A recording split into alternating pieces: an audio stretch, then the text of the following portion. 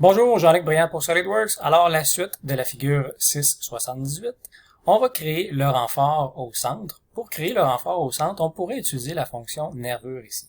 On va voir cette fonction-là dans une capsule qui va venir dans les prochaines semaines. Donc, pour l'instant, on va se concentrer à faire une esquisse tout simplement et un bossage qui va revenir un petit peu au même. Donc, on va y aller avec une esquisse créée sur le plan de droite. On va créer une esquisse qui va ressembler à ça ici. On va aller s'attacher directement sur la ligne, de là à là, de là à là. Je vais cliquer le côté du cylindre et je vais dire convertir les entités. Vous voyez, il y a une ligne qui s'est créée ici. Et cette ligne-là, je vais l'utiliser pour venir placer mon esquisse. Pour l'instant, elle est en noir, c'est pas une ligne de construction, donc je vais cliquer sur cette ligne-là et je vais la forcer à devenir une ligne de construction pour pas avoir de problème plus tard. On va ajuster les entités ici. Fait que je vais venir couper le bout de la ligne ici. Dans le fond, ce que j'ai fait, c'est que j'ai créé le point qui est ici. Je vais pouvoir coter ce point-là tout simplement par rapport au dessus pour m'assurer que mon esquisse est toujours un petit peu plus basse. Donc, valeur de 3 ici. On va venir coter de là à là. Comme ça ici. On va y aller à 3 mm également.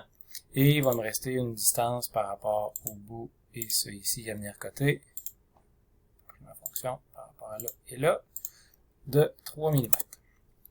Mon esquisse est noire, 100% contrainte, merveilleux. On peut maintenant passer à la fonction de bossage. On peut voir que présentement on est juste dans une direction et c'est pas ça qu'on veut. On veut aller dans deux directions. On va utiliser la fonction plan milieu ici. Et la valeur dans ce cas-là était de 11 mm au total. Donc 11 mm de large pour la nervure dans le milieu. Voilà, c'est réglé. On va aller maintenant on va aller faire les trous.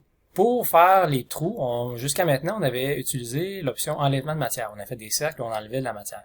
Idéalement, lorsqu'on a un trou, il faudrait toujours utiliser l'assistance pour le perçage. On va venir faire un trou ici au centre. On va venir sélectionner le type de trou qu'on veut avoir.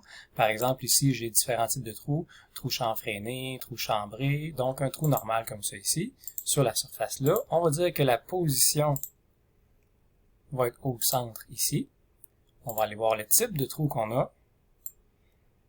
On va aller ici, on pourrait utiliser les trous qui sont déjà prédéterminés des valeurs, ou on peut tout simplement dire ici, cliquer afficher la taille personnalisée, et y aller avec une cote tout simplement, donc dans notre cas 28.55, et on voit qu'on est à travers tout. Voilà, le trou est fait. L'avantage d'utiliser cette fonction-là plutôt qu'un enlèvement de matière, c'est que si je veux venir par exemple éditer la profondeur du trou, et au lieu de dire à travers tout, j'y vais avec un trou borgne de par exemple 20 mm de profond, je peux voir que j'ai la trace dans le fond du forêt. Si j'utilise un forêt pour faire ce trou-là, ben c'est sûr que je vais avoir une pointe qui va être de 118 degrés, qui est la pointe du forêt. Si je mets ça en vue de coupe, vous allez voir un peu mieux avec ce plan-là. Donc, on peut voir ici qu'on a la pointe du forêt. Et cette option-là n'est pas disponible lorsqu'on fait un enlèvement de matière. Donc, gros avantage pour finalement d'utiliser la fonction qui s'appelle assistance au perçage. Je pourrais également, en cours de route, changer pour un trou chambré si je veux changer pour un trou chambré, peu importe. Donc, ça me laisse beaucoup d'options pour faire des changements dans le futur.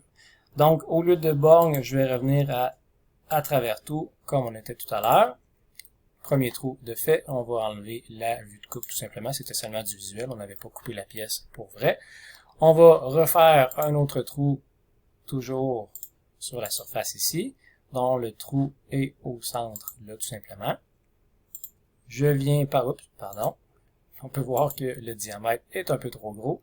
On va aller modifier le diamètre. Le diamètre n'est pas de 28.5, mais dans ce cas-là, le diamètre est de 11 mm. Donc 11 mm de diamètre à travers tout, c'est réglé, parfait. Pour faire le trou et la bosse de l'autre côté, ce qui pourrait être bien, c'est d'utiliser la fonction symétrie. J'utilise la fonction symétrie. SolidWorks me demande quel est mon plan de symétrie. Plan de symétrie, dans mon cas, va être le plan de droite. Présentement, diamètre de perçage est déjà sélectionné. Je vais aller tenir contrôle et je vais ajouter finalement la bosse extrusion numéro 2. On peut voir l'aperçu ici en jaune, donc c'est ce que je veux. Et je vais venir cliquer le petit crochet vert ici. Alors voilà, pour cette partie-là, c'est réglé.